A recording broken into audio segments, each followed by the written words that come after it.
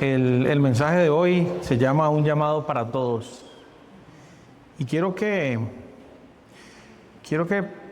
analicemos este texto de una manera bien profunda, pero sobre todo como una cirugía a corazón abierto, que cada uno de nosotros inspeccione y analice cómo realmente está su corazón a raíz del tema que vamos a estar hablando, porque yo siento que hoy la iglesia tiene dos problemas. La iglesia cristiana tiene dos problemas. Uno es la religiosidad, que es que personas que asisten a la iglesia y se van y esa es su vida, de domingos, de iglesia a iglesia. Y otro es el activismo religioso, que es hacer y no tienen nada de intimidad con el Señor. Y yo creo que esas son dos de las luchas más grandes en las que nosotros estamos. Y el llamado que viene a hacer hoy Jesús es un llamado que nos tiene que retar a nosotros como personas, y me impacta porque honestamente yo no tenía idea del testimonio que iba a dar doña Gloria, y realmente va muy alineado con lo que vamos a estar estudiando el día de hoy. Hoy se llama Un llamado para todos y seguimos en armonía de los evangelios. Recordemos que hace una semana pasada vimos a Jesús que cumplió la profecía de comenzar su ministerio en la tierra de Galilea de los gentiles, en la tierra de Zabulón y Neftalí, y que decía que sobre esa tierra y sobre la oscuridad iba a reinar una gran luz. Y además vimos que el mensaje que él predicaba era: arrepiéntanse y vuélvanse a Dios porque el reino de los cielos ha llegado. Justo después de eso Jesús se queda predicando y sigue haciendo su ministerio, pero llega un punto donde Marcos 1 del 16 al 20 y Mateo 4 del 18 al 22 nos habla qué es lo que hace Jesús exactamente después de ese momento. Y dice la palabra del Señor: andando Jesús junto al mar de Galilea, vio a dos hermanos, Simón, llamado Pedro, y Andrés su hermano, que echaban la red en el mar, porque eran pescadores. Y les dijo: venid en pos de mí, y os haré pescadores de hombres. Ellos entonces, dejando al instante las redes, le siguieron. Pasando de allí, vio a otros dos hermanos, Jacobo, hijo de Zebedeo, y Juan su hermano, en la barca con Zebedeo su padre, que remendaban sus redes, y los llamó. Y ellos, dejando al instante la barca y a su padre, le siguieron. Antes de entrar al pasaje, es esencial ubicarlo en el contexto de la armonía de los evangelios y hacer un zoom out, por así decirlo, para ver las distintas etapas y los diferentes llamados que los discípulos recibieron de parte de Jesús. Si usted lee el Evangelio de Marcos o lee el Evangelio de Mateo, usted probablemente va a creer que este es el primer llamado que hace Jesús a sus discípulos. Sin embargo, es el primer llamado que Jesús hace a sus discípulos, pero para temas ministeriales. Porque en Juan capítulo 1 ya Jesús había hecho un primer llamado a ellos de salvación, que fue cuando los invitó y los llamó para que crean en Él como el Mesías. Este segundo llamado que está acá y el que registra también Mateo es un llamado a ser testigos.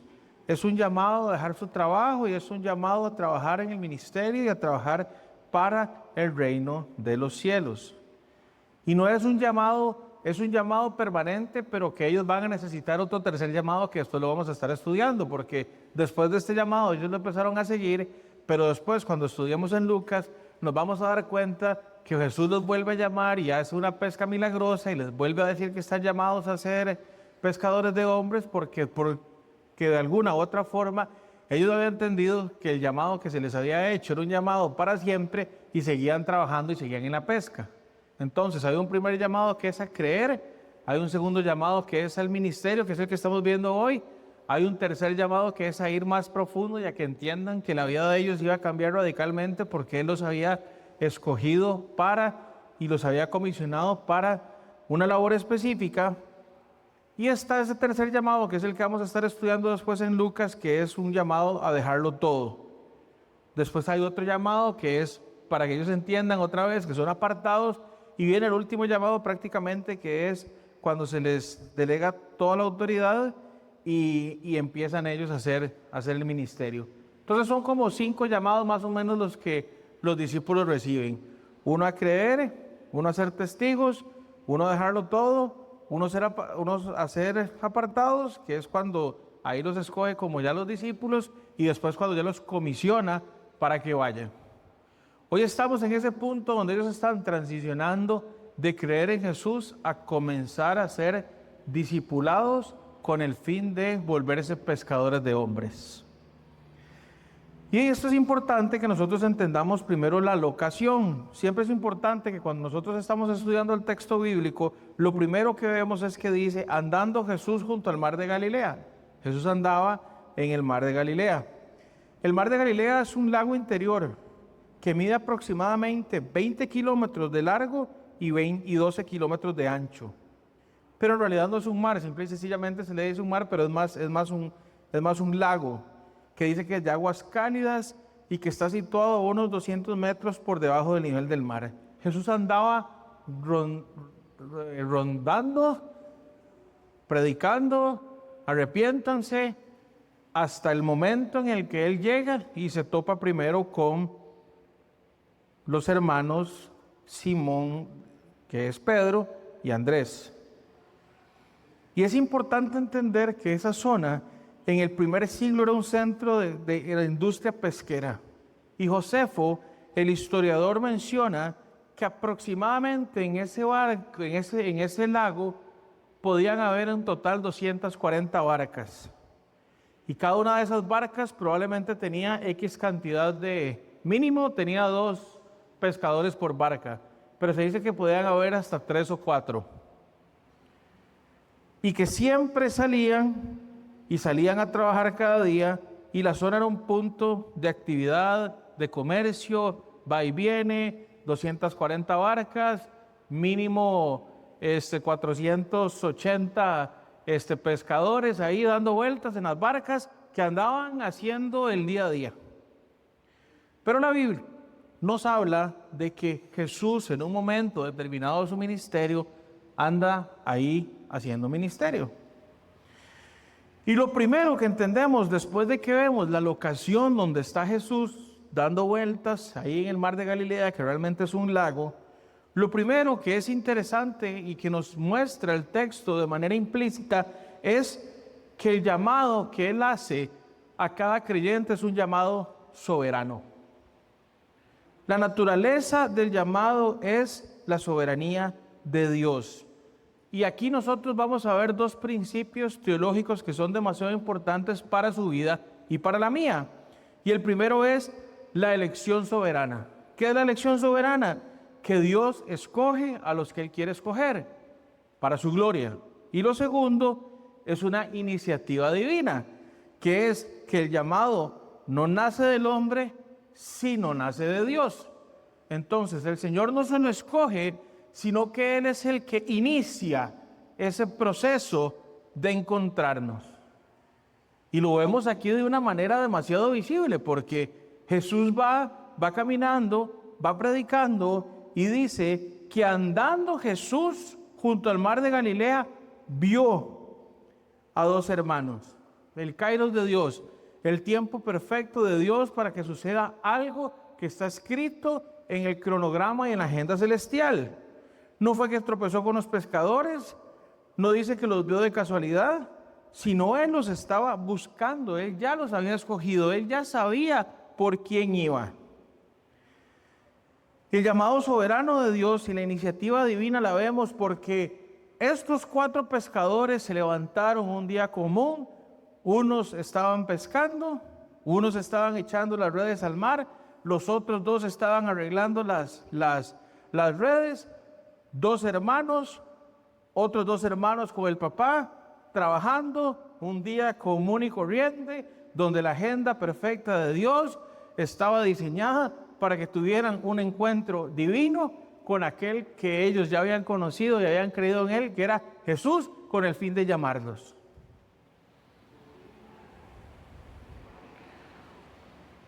De las 240 barcas que probablemente habían ahí, el Señor ya tenía observadas dos. Dos. Y en esas dos sabía que habían 2 y 2 personas que Él desde antes de la fundación del mundo había escogido para su gloria, para constituirlos sus discípulos, sus apóstoles y ser no simples pescadores, sino pescadores de hombres. Jesús los estaba buscando porque eran hombres que Él ya había escogido para ser parte de su equipo ministerial.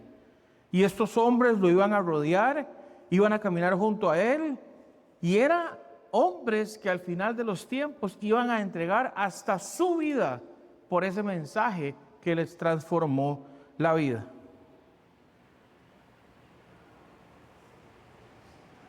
Nuestra vida es más que crecer, que nacer, crecer, que reproducirse y morirse. Eso es vanidad de vanidades, eso es querer perseguir el viento con las manos, eso es carecer de propósito. La vida no es hacer plata, la vida no es tener una familia lindísima, todo eso es buenísimo y todo eso es gloria a Dios, pero si nuestras vidas no apuntan al propósito para el cual el Señor nos creó, que es vivir para adorarlo, vivir para su gloria y para servirle, estamos desperdiciando nuestra vida. Y hay mucha gente que desperdicia su vida. La vida se va volando. Y usted y yo, seamos sinceros, vivimos un montón de tiempo como si fuéramos inmortales. Desperdiciamos el tiempo, perdemos el foco de lo que es verdaderamente importante y empezamos a vivir el cristianismo, nuestra relación con el Señor, como una añadidura. Nos acostumbramos a venir a la iglesia, nos acostumbramos a tocar, nos acostumbramos a predicar, nos acostumbramos a venir a servir, a trabajar con los niños, a dar una bienvenida, y se nos olvida que hay un enfoque, que todo eso está bien, pero que tiene que apuntar a algo más grande, y es entender que lo que estamos haciendo en este lugar es siendo un faro de luz para rescatar almas que están perdidas. La gente se está yendo al infierno. Pero es que uno lo dice y uno es como, ¿verdad? Como que no lo termina de creer. Yo no sé por qué a veces existe en nuestro pensamiento como yo digo que es un pensamiento demasiado del enemigo, como, al final el Señor ahí en su lecho de muerte lo salva. Eso es lo que todo el mundo piensa. Y eso es lo que muchas veces nos reconforta cuando alguien que queremos se muere y no le hablamos del Señor y no sabemos si murió con Cristo. No, hacemos las paces y decimos, de fijo el Señor cuando se estaba muriendo, llegó y se le presentó, como si realmente todos fueran a ir al cielo. Pero no es la historia que nosotros vemos en la palabra del Señor. Nosotros vemos un Apocalipsis que al final de los tiempos dice que va a haber un juicio que es para los impíos, donde aquellos que no tienen abogado y donde aquellos que no tienen un mediador que es Cristo van a perecer el resto de la eternidad en un lago de fuego donde hay un rechinar de dientes. Y es que existe, y es que es real, y es que nos hemos creado la mentira de que eso no, de que eso es super pandereta, de que es que eso no, o lo creemos pero realmente no lo vivimos y no nos apasiona, porque si lo entendiéramos nuestras vidas serían diferentes. Y estaríamos todos en este momento clamando al Señor de rodillas por esas personas que sabemos, que amamos, que no conocen de Cristo.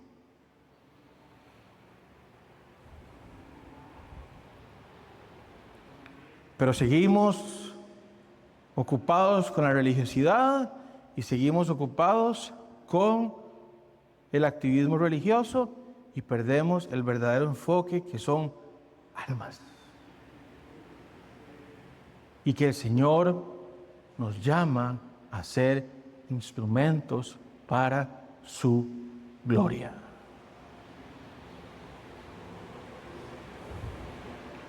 Es un llamado soberano y es un llamado que vamos a ver que es interesante, porque el punto número 3 es los llamados. El primero fue la locación, el segundo fue la naturaleza de ese llamado, que es la soberanía de Dios. El punto número 3 es los llamados, y tenemos 4 personas que el Señor llama, que es Pedro, Andrés, Jacobo y Juan. Esos son los 4 que el Señor llama. Es interesante porque Jesús, además de Pablo, que Pablo es una super excepción de todo, era un preparado, a los que llega Gamaliel, instruido, un erudito, etcétera. Los demás no eran escribas, no eran nobles. En este caso estamos viendo que son pescadores comunes, personas con manos encallecidas, piel quemada por el sol, pero que son trabajadores, pulseadores y perseverantes. Esos eran los pescadores de ese tiempo.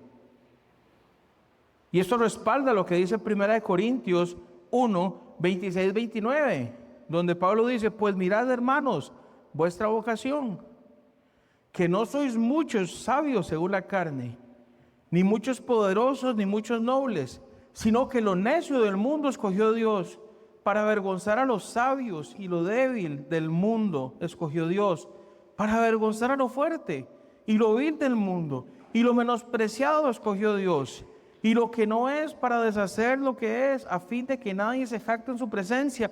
Dios escogió hombres, y Dios escoge mujeres comunes y corrientes, para que se vea su gloria en ellos. Así que no hay excusa: es que no estoy preparado, es que no sé qué hacer, es que eso es para otros. No, si escogió a esos pescadores, y nos escoge a nosotros, y nos estamos dando de golpes, un pique, es lo mismo.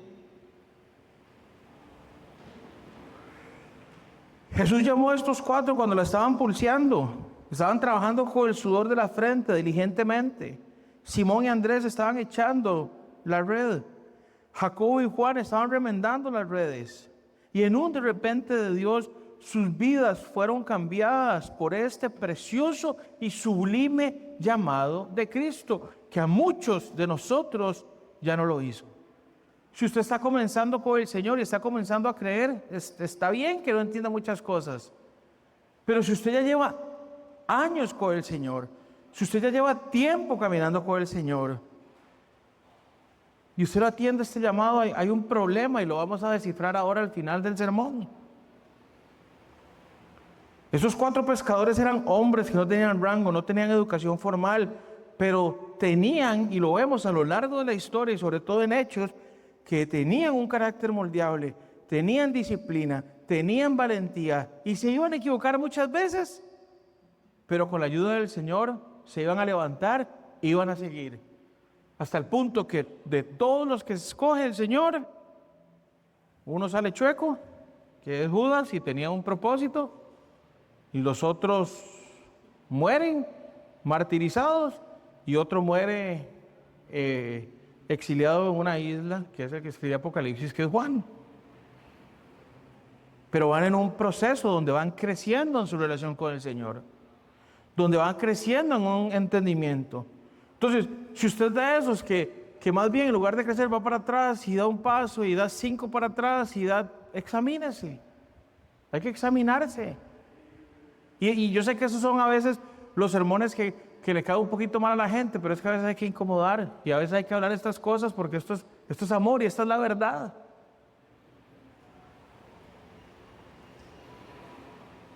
Con la ayuda del Señor, estos hombres iban a ser embajadores de Cristo, que iban a propagar el mensaje más importante de todos, el Evangelio.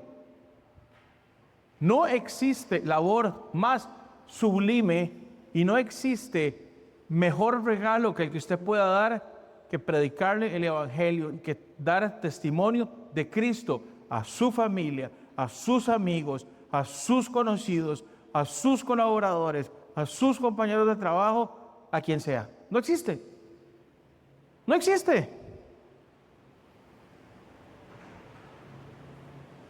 Dentro de la lógica humana, estos hombres representaban todo lo contrario a lo que el mundo escogería para iniciar una obra de alcance eterno. Y vean el ejemplo aquí: estoy Rolo, y yo. Lo vil, lo despreciado.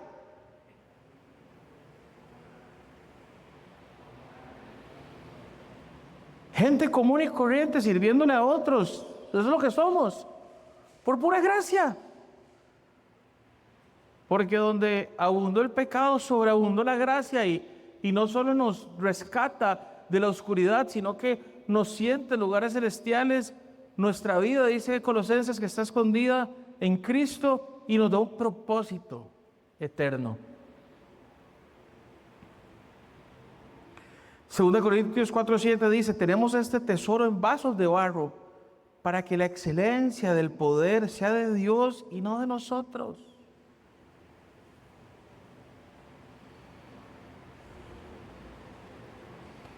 Ese Pedro que se equivocó 1000 veces, que negó a Jesús, que después fue restaurado por Jesús. Pedro, ¿me amas? Sí, Señor, te amo. Pedro, ¿me amas? Sí, Señor, te apacienta mis ovejas. Pedro, ¿me amas? Sí, Señor, apacienta mis ovejas. Ese hombre después recibe el Espíritu Santo y le predica a un montón de gente y se convierte en miles. Y les dice: arrepiéntanse y vuélvanse a Dios para que días de refrigerio lleguen a su vida.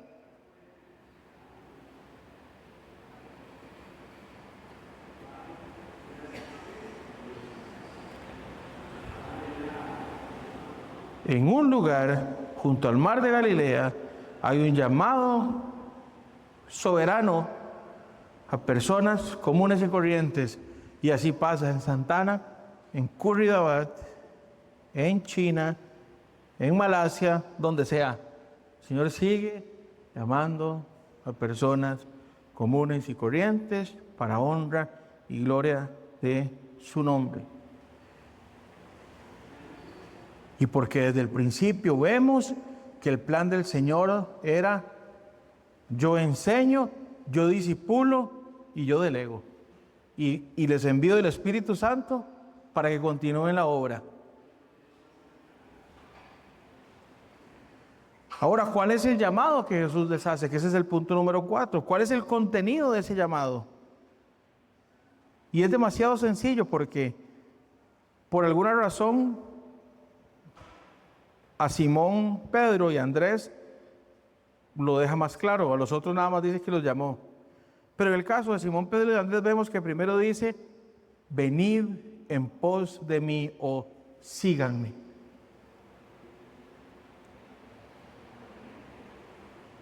Y por la forma en la que está escrito, no es una invitación, es una convocatoria.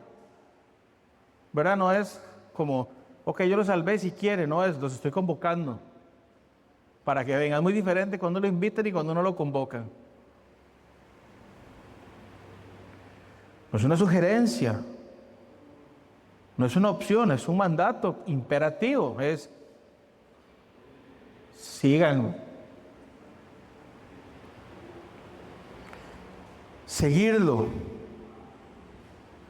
es una de las implicaciones de este llamado. ¿Por qué seguirlo? Porque Jesús dijo: síganme, o venid en pos de mí. No digo sigan una religión institucional, sigan una actividad religiosa, sigan un grupo, sigan una causa, sigan un credo, sigan un código. Él dijo: síganme, es seguirlo a Él. Por eso, por más que usted lo haya herido la iglesia, o usted haya sufrido, fue la iglesia, no fue el Señor. El Señor mandó a que lo sigamos a Él, por medio de la iglesia, pero es a Él. Y la iglesia falla, pero Él no falla. Y es a Él al que seguimos. Si usted sigue pastores, está fregado. Si usted sigue a su papá, está fregado. Si usted sigue una creencia, está fregado, porque nosotros seguimos a Cristo y por eso somos cristianos. Cuando Jesús habla de venid en pos de mí, o cuando Jesús habla de síganos o síganme, es cercanía. ¿Usted ha visto en las películas cuando, es que ahora veo mucho una serie que se llama Chicago PD, entonces a cada rato están siguiendo a los maleantes? Los siguen, pero tiene que estar cerca porque si no se pierde. Ajá, exacto, al diablo lo agarraron y a todos los secuaces. Hay que estar cerca y eso es, y seguir a Jesús implica cercanía. No es estar lejos, es estar cerca. Y en el contexto de ese siglo era viajar con Él, pasar tiempo con Él, entrar en su círculo íntimo, vivir en su presencia, implicaba conocerlo plena y profundamente, implicaba aprender de Él, implicaba sentarse a sus pies, implicaba observar sus palabras, implicaba disfrutar de su comunión cercana con Él. Y cuando Jesús dijo, síganme, estaba diciendo, los quiero conmigo, los quiero a mi lado y quiero que lo que yo haga, ustedes lo hagan y que ustedes se parezcan a mí. Porque cuando uno está cerca de alguien, uno se parece a ese alguien. Y si usted se pone a ver, el primer detonante de que uno está lejos del Señor es que las malas mañas del viejo hombre empiezan a manifestarse. Pero cuando usted está cerca del Señor, el fruto del Espíritu está ahí, hay pasión por las almas, hay pasión por el ministerio, hay ganas de ir a la iglesia, hay ganas de leer Biblia, hay ganas de ayudar a los enfermos, hay ganas de cuidar a los huérfanos, a las viudas, hay ganas de todo. Pero cuando usted está lejos, todo eso da pereza, porque esa es la carne. Jesús nos quiere cerca. Está implícito en este llamado de venir en pos de mí, está la incondicionalidad. Jesús no les dijo a dónde iban. Es más, y si Jesús nos llamara la primera vez y nos dice dónde nos llevaría, yo creo que nos asustaríamos tanto que ni lo seguimos. Es progresivo. No les dijo dónde iban, los que son muy estructurados. Si no me dice dónde voy, si no me dice cuál es la agenda, si no me dice el horario, si no me dice a qué hora vengo, está frito en el reino de los cielos. Porque el Señor nos llama y quiere confianza. Y quiere, si usted me llama, yo voy y confío en que usted me está llamando porque usted es el Señor y porque usted es bueno. Y así sea que usted se vaya a meter al lugar más incómodo, si el Señor lo llamó ahí, va a ser el lugar donde su alma va a tener mayor descanso, va a tener demasiada paz.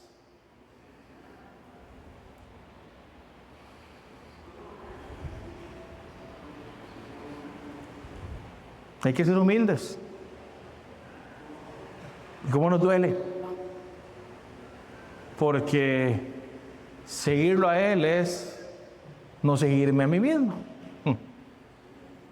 Y nosotros compramos la mentira más grande de que seremos como Dios si comemos del fruto del conocimiento del árbol del bien y del mal. Y entonces nos cuesta. Porque venido en pos de mí es su agenda, su cronograma, su propósito, no el mío.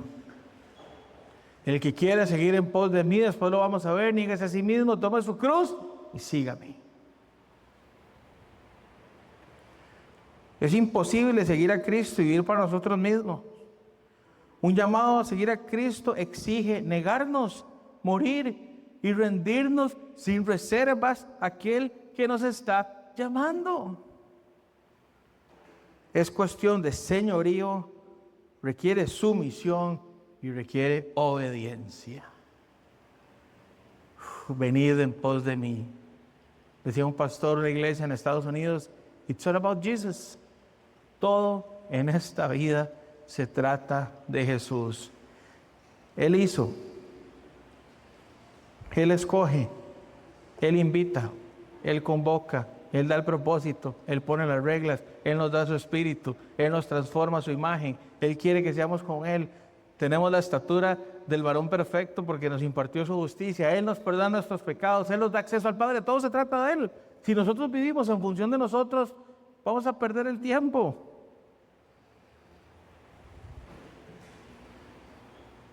Venid en pos de mí habla de seguir a una persona que es Cristo, implica estar cerca de esa persona, implica ser incondicional, implica ser humilde, implica ser visible.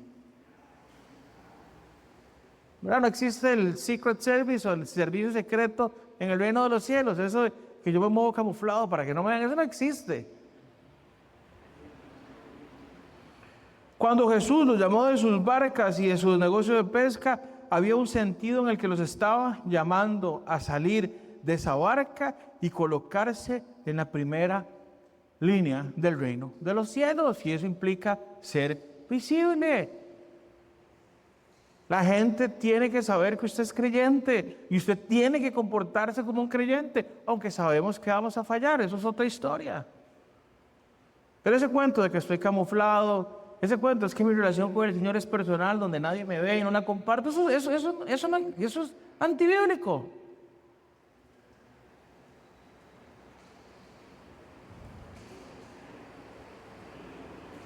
Si usted está trabajando y lleva a ir, ya pasó el periodo de prueba y nadie sabe que usted es cristiano, hay algo raro.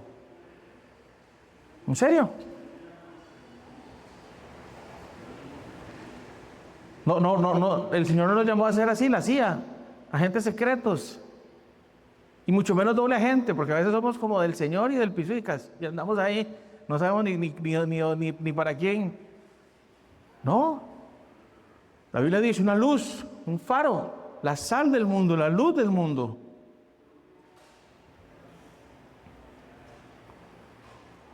Seguirlo implica constancia.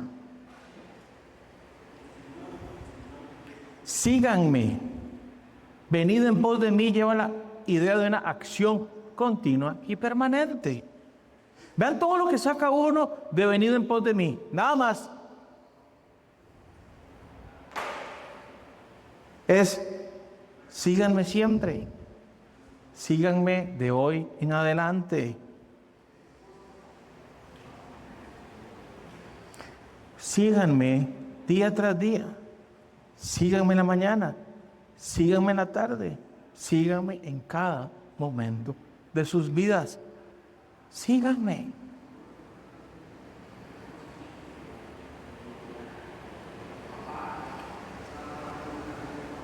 Sígame en su escasez financiera.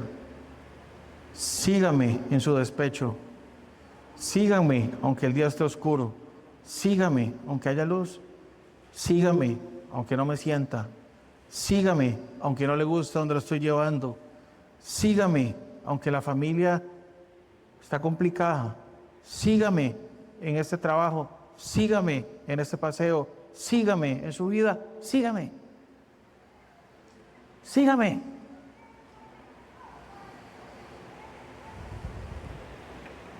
Implica seguirlo a Él, implica estar cerca de Él, implica serle incondicional a Él, implica tener humildad, implica visibilidad, enlistados en primera fila, implica constancia, pero también implica ser firme y perseverante.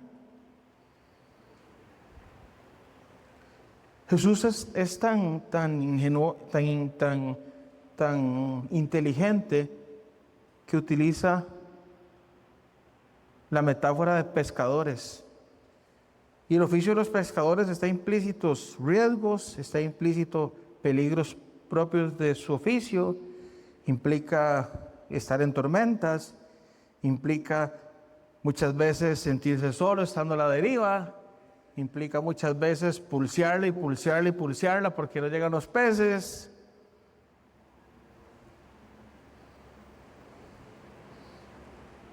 Jesús les dijo, síganme y los voy a hacer pescadores de hombres.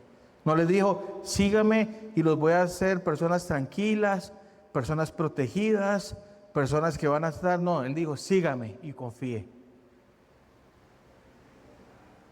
Pero nosotros a veces es, bueno, si el mar está tranquilo, si el día está soleado, si mi corazón está contento, sí.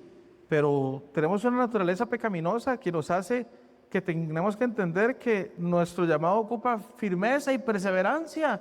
Por eso Pablo dice, preocúpense por su salvación con temor y temblor. Tiene que darle mambo, tiene que ponerle, tiene que darle duro, tiene que pulsearla. Es difícil. Y por eso Pablo dice, azoto mi cuerpo y lo disciplino. Seguir a Cristo no es fácil. Hay un precio alto que se paga, que es empezando por morir a uno mismo. Pero hay una recompensa que es demasiado grande, que es eterna.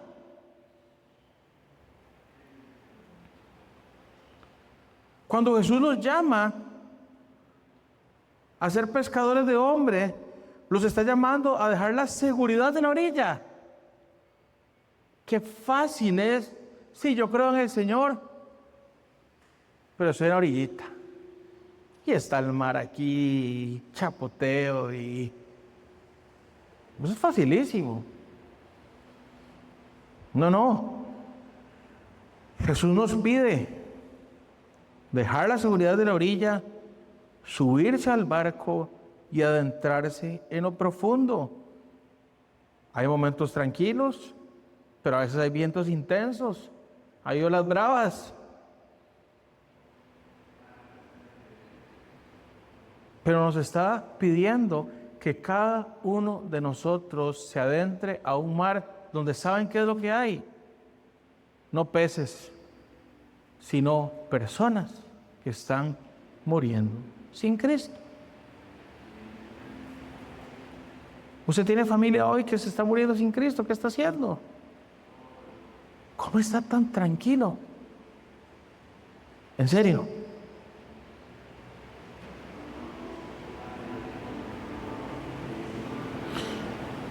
Y después el llamado es: y os haré pescadores de hombres. Primero les dice: venid en pos de mí. Después les dice: y os haré pescadores de hombres.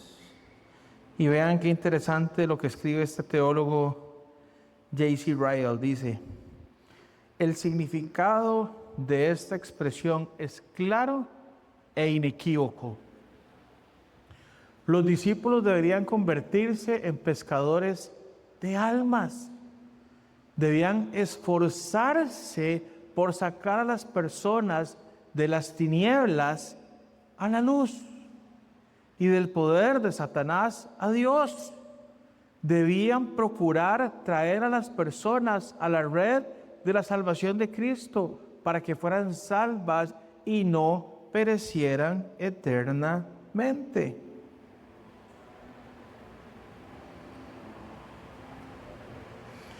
Este es un llamado al ministerio de por vida. Es un llamado al evangelismo, a ganar almas, a las misiones globales, al alcance de un mundo que perece y necesita desesperadamente ser rescatado del pecado.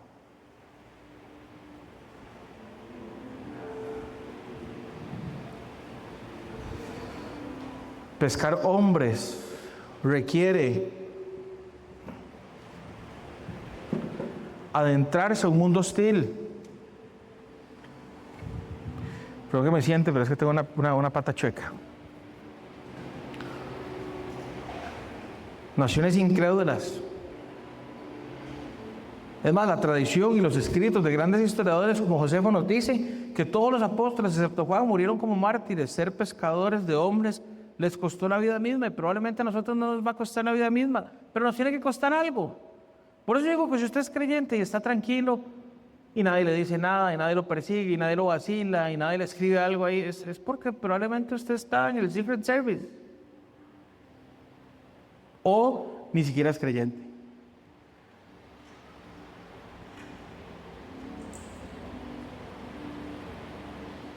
Alguien una vez dijo: es mejor morir en mar abierto con una red en la mano intentando rescatar a los perdidos que permanecer seguros en la orilla sin hacer nada para alcanzar a las personas para Cristo. Y estamos en los tiempos donde hay que rogarle a los que ya dicen ser miembros de una iglesia que vayan a la iglesia. Una pura rogadera, una pura mensajeadera. Venga a la iglesia, hermano, venga, es que recuerde, es que venga y es al revés. Todos los miembros de la iglesia deberían de estar en la iglesia y afuera deberían de estar llevando el evangelio de salvación. Ese es el propósito del Señor. 1, 2, 3, 4, 5, 6, 7, 8, 9, 10, 11, 12, 13, 14, 15, 16, 17, 18, 19, 20, 21, 22, 23, 24, 25, 26, 27, 28, 29, 30, 32, 32 sillas vacías. No es porque yo quiera que sea una iglesia enorme y si crece, que crezca al tiempo del Señor, pero ¿qué está haciendo usted? Está invitando a alguien, está hablando a alguien, se está incomodando. Es que esas son las cosas que son incómodas de hablar. pero que hay que hablar.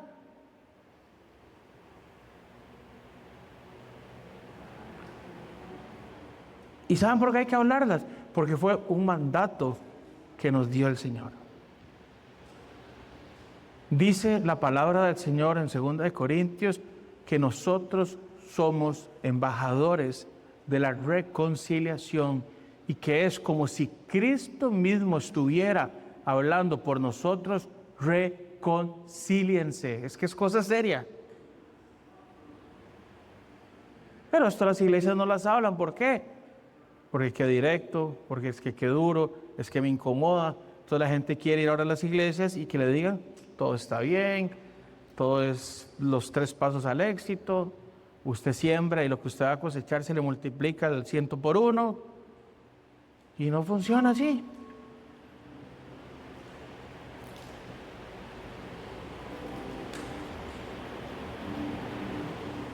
La propagación del Evangelio no está reservada para unos pocos, sino para todo aquel que diga que es creyente y que está siendo discipulado por el Señor. Todo el que dice ser seguidor de Cristo tiene que ser un pescador de hombres. ¿Por qué? Porque el Señor nos puso en un océano de humanidad con oportunidades por todo lado para tirar las redes. ¿Y sabe dónde tiene que comenzar cada uno de nosotros? En su casa. Con su esposa, con su esposo, con sus hijos,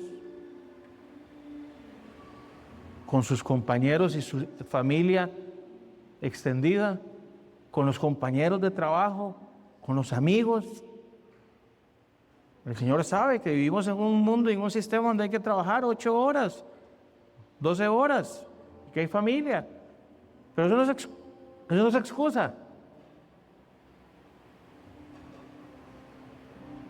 Esta es la invitación más radical, más imponente, más transformadora, más revolucionaria, pero es la más satisfactoria para el alma, porque no hay nada que cause más deleite en uno como creyente que ver una persona que el Señor derrama su gracia, se arrepiente de su pecado, pone su fe en Cristo, comienza a servir, empieza a invitar gente, empieza a crecer en su relación con el Señor, empieza a crecer su familia con el Señor, empieza un proceso de santificación. Eso es más que cualquier paga que usted pueda tener en el mundo.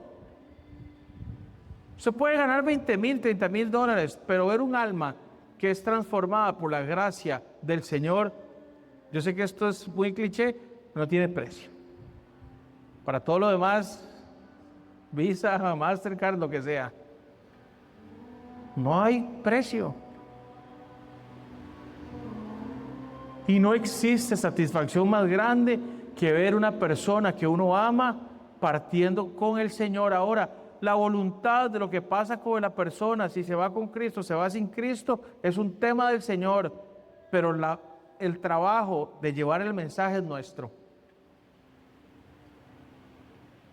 Yo viví la muerte de un primo muy cercano, que estoy casi que seguro que se murió sin el Señor. Después me di cuenta que hubo gente que le predicó, no fui yo el que le prediqué y me sentí pésimo.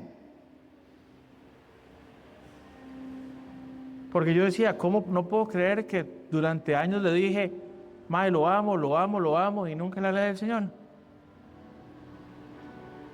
Pero por otro lado, después vi a mi mamá partir con el Señor, después de estar en un contexto totalmente religioso, y verla con el Señor y partir y saber que hoy está gozándose del Señor, es ¡qué gozo!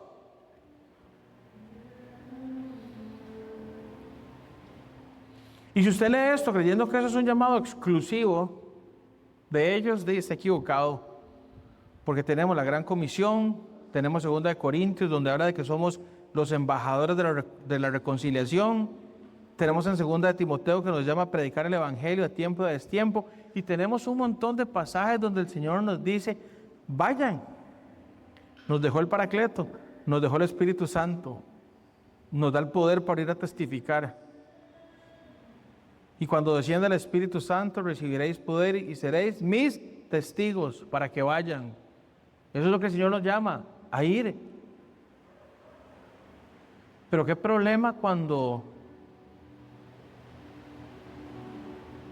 Cuando ya el Señor nos llama y nos cuesta venir a Él, ¿qué menos vamos a estar pensando en otros? ¿Sí me explico? Y es que si usted es irresponsable en su relación con el Señor, usted está siendo irresponsable con el llamado que el Señor le está dando a usted. Porque su llamado, y si usted es responsable con el Señor, y si usted hace lo que usted tiene que hacer, usted va a impactar otras vidas. Pero si usted no hace lo que usted tiene que hacer, usted está dejando de impactar vidas que el Señor probablemente por medio suyo quiere impactar.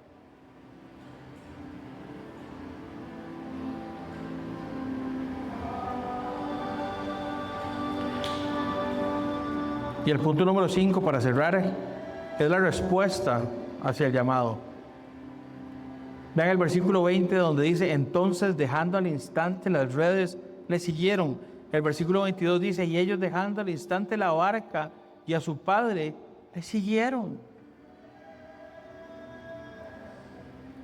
Al instante significa sin vacilación, sin deliberación, sin buscar consejo. Uy, ya vengo, Señor, voy a ir a orar para ver si tengo que seguirte y tirar la red. Uy, Señor, es que en la multitud del consejo se halla sabiduría. Voy a preguntar a mis pastores.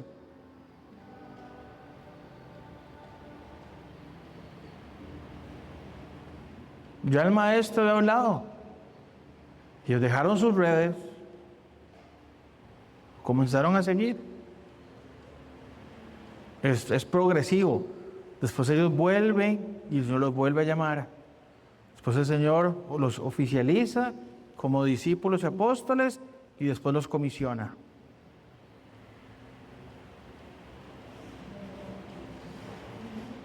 Y me fascina la escena porque en un día común y corriente apareció el Jesús y los llamó y ellos empezaron a caminar con Jesús. Sin saber qué futuro les depararía, sin saber las dificultades que iban a tener, sin saber la oposición que enfrentarían, ni el martirio que sufriría, solo sabía que habían sido llamados por Dios a seguir a Cristo y a ser pescadores de hombres, y eso es lo que iban a hacer hasta su último suspiro.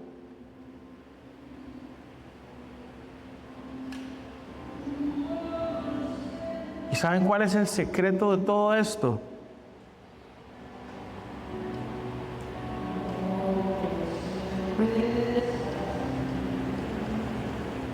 Recordar quién es el que nos llama, que es Jesús,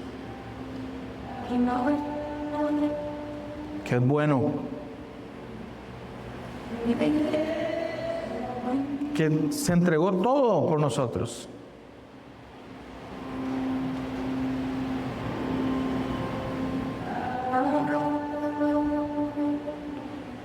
¿Y saben qué es lo que yo descubro de este mensaje? Que es donde toda la semana mi cabeza ha estado dándole vueltas, dándole vueltas, dándole vueltas, dándole vueltas. Y esta es la parte cruda, pero esta es la parte de toda la que yo quiero que usted se lleve. Y vean la ciencia de lo que es una buena exégesis, una buena interpretación bíblica. Jesús es Dios. Y la palabra del Señor dice que Dios no es como los mortales, que Él no miente ni cambia de opinión. Cuando dice una cosa la hace y cuando promete una cosa la cumple.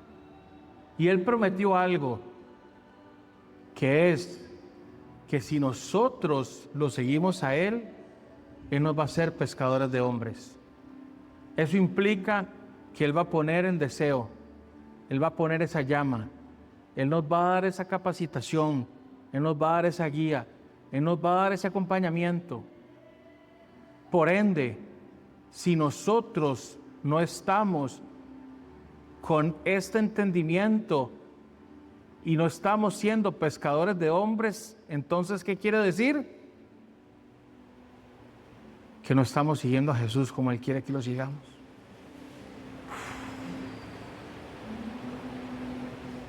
Porque no es que Jesús está fallando, es que probablemente nosotros no lo estamos siguiendo. Y nuestra mente, nuestro corazón, nuestros afectos están en otra cosa. Pero si su mente, si su corazón, si sus afectos y si todo lo que usted es en esencia persigue a Cristo, usted por default o por causa y efecto va a perseguir lo que el Señor persigue. ¿Y qué está persiguiendo el Señor hoy? A los suyos. ¿Entienden lo fuerte de todo esto? Así que si usted vive su día a día sin interés por las almas, sin interés por los perdidos, sin interés por las personas que no están llegando a la iglesia, es por algo. Y ese algo es personal de cada uno de nosotros. Pero yo sí sé que Jesús no falla. Y sí sé que si uno sigue a Jesús, el corazón de Jesús empieza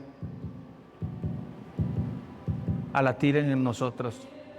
Nuestra mente empieza a apuntar a Cristo, a lo que Él quiere, lo que Él ama, lo que Él anhela.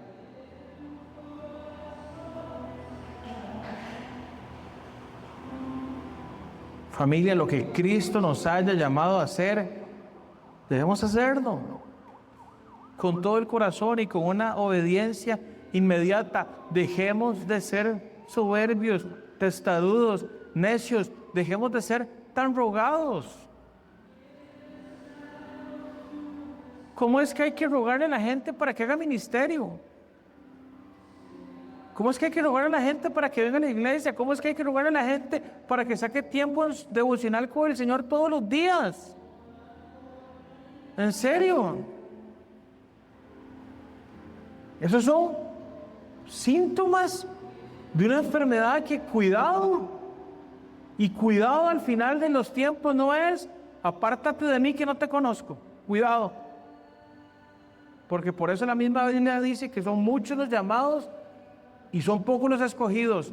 Pero es que usted me puede decir cristiano y usted me puede decir que usted cree en Jesús, pero si no hay nada que respalde eso y su vida realmente no ha cambiado, hay un problema demasiado grande. No somos salvos por obras, somos salvos por fe, pero las obras, como yo me comporto, como yo vivo, dicen demasiado de si realmente hay una transformación en la vida de las personas. ¿Ama realmente usted al Señor? ¿Ama lo que el Señor ama? ¿Lucha por su pecado? ¿Lo persigue? ¿Está con Él? Yo sé que es difícil, pero uno sabe. Y yo quiero ser hoy un heraldo y alguien que anuncia, cuidado con su vida y examine bien dónde está su corazón.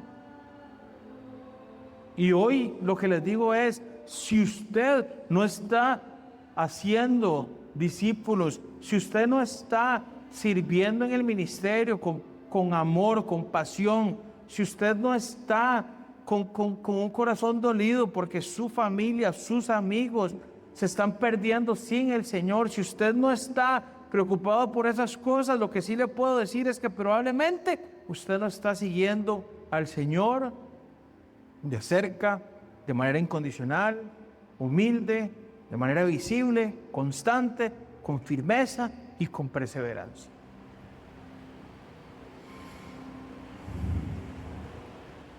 Quiero que cerremos los ojos y pensemos, ¿a qué te está llamando Cristo hoy? Unos puede ser al ministerio, otros puede ser a volver a casa, otros puede ser a comenzar verdaderamente una relación personal con Él, no sé. Pero si el Señor te está llamando al ministerio, deja tus redes y síguelo.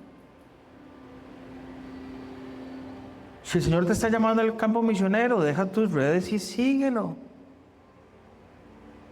Si el Señor te está llamando a servir en un ministerio que necesita manos y corazón, deja tus redes y síguelo. Si el Señor te está llamando a evangelizar a un familiar, a un vecino, a un compañero de trabajo, deja tus redes y síguelo. Si el Señor te está llamando a discipular a un nuevo creyente que necesita guía, deja tus redes y sígalo. Si el Señor te está llamando a volver a la iglesia, a ser constante, a luchar por el matrimonio, a luchar por la familia, a luchar por los hijos, deja tus redes y síguelo. A lo que sea que el Señor te esté llamando, el mejor negocio que podemos hacer hoy, si es que se puede usar esa palabra, es dejar nuestras redes y seguirlo. Dejar todo y seguirlo y confiar que Él es bueno con nosotros, que su voluntad es buena, que su voluntad es agradable, que su voluntad es perfecta y que no hay nada malo en Él, no hay mal que nos desee, sino al contrario, Él está dispuesto a que todo lo que sucede en nuestra vida sea para nuestro bien, aunque no parezca. Sea lo que sea que Cristo te esté llamando a hacer, hazlo, sin reservas, sin condiciones, sin demora. Sin importar lo que va a decir su papá, su mamá, su abuela, sus compañeros de trabajo. Y cierro con esto, para adorar al Señor y repartirlos mientras adoramos los elementos de la cena del Señor.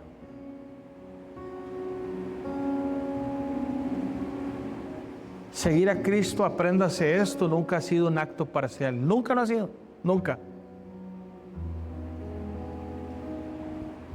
Siempre es un acto completo el que Él espera de nosotros, o al menos la lucha.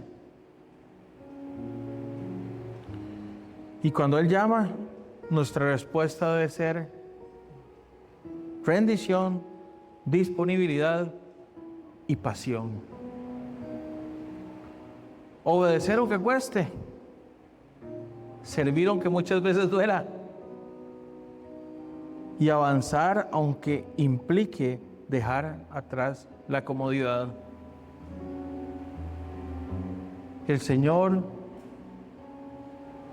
se entregó completamente por nosotros.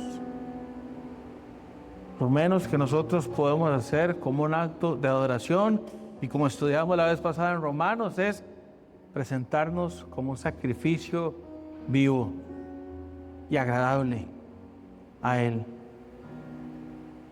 Con nuestro tiempo, con nuestro servicio, con nuestra adoración, con nuestras manos, nuestra mente, nuestro cuerpo, con todo. Familia, es a Cristo, es a Jesús. Es el mejor negocio. Es el buen pastor que nos lleva junto a aguas de reposo y nos pone a descansar junto a verdes pastos.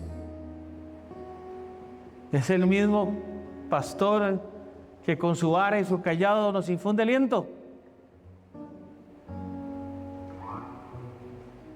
Es el mismo que dijo: yo estaré con ustedes aunque anden en valle de sombra o de muerte. Es el que nos conoce, es el que creó todo, es el alfa, el omega, el principio y el fin, el que es, el que fue y el que ha de venir.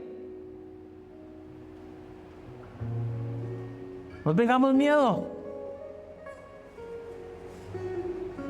no tengamos miedo al hombre,